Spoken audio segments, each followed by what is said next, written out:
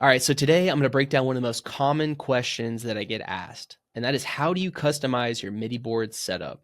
So it's super easy to do, but most importantly, I'll be breaking down the philosophy on why I have it set up the way I do, showing you guys how I utilize my sliders, my buttons, and my knobs with different effects and masks and clips and stuff like that.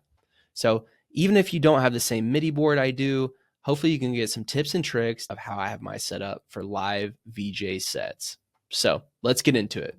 To start off down here on the sliders, these are normally to control effect parameters. This one is for the speed. I keep it like right around here is just normal speed.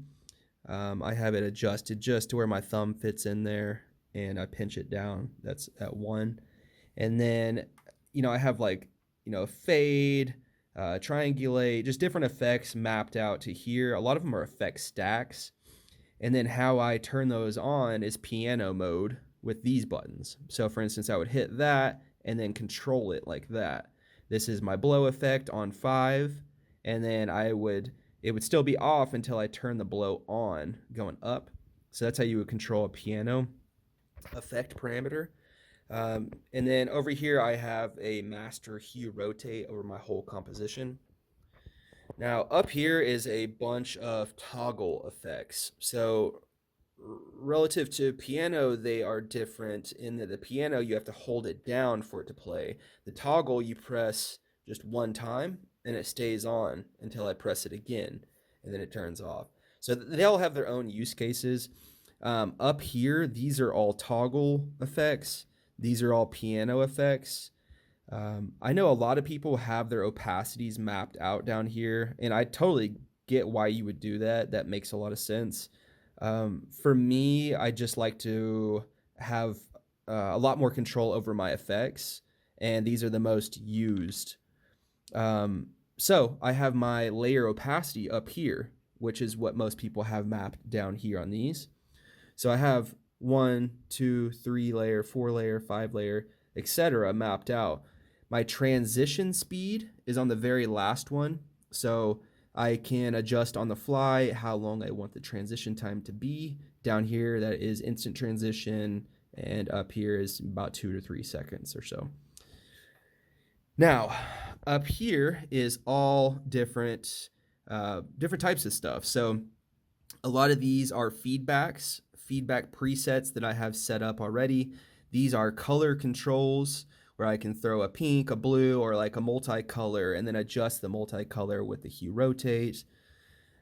Here is nest drop. So I got a mask with nest drop, and then I got normal nest drop. The white signifies to me that it is a mask, since masks are black and white. And then up here we have transitions that are this teal bluish color. The first 4 would bring on the image. The last 3 or so would take off the image. Up here we have all different masks. Again, white. So I have masks that go from slower all the way up to very fast masking. A lot of these are audio reactive, and they're all toggle. So, I can hit it and it will keep up with the pace if there's a drop in the music or something like that. I like to reserve the very top layer for logos or anything specific for that particular set that I'll be performing with. So I think that pretty much covers it all. I honestly don't use these very much. This one is my master opacity. So if I do want to black out the screen, I have this guy on the fly that I can always, turn up the opacity or turn it all the way down, and that will trigger everything off at one time. I also have stop all clips. That is the master exit, if you will. I'm trying to think of the word here, but if you want to kick all the clips out of your composition at one time, just go completely black, that is that button right there.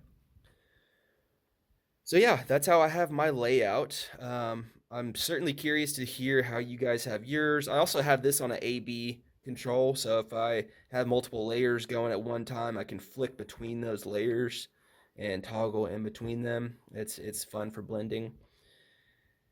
And yeah, hope that helps. Thanks, guys.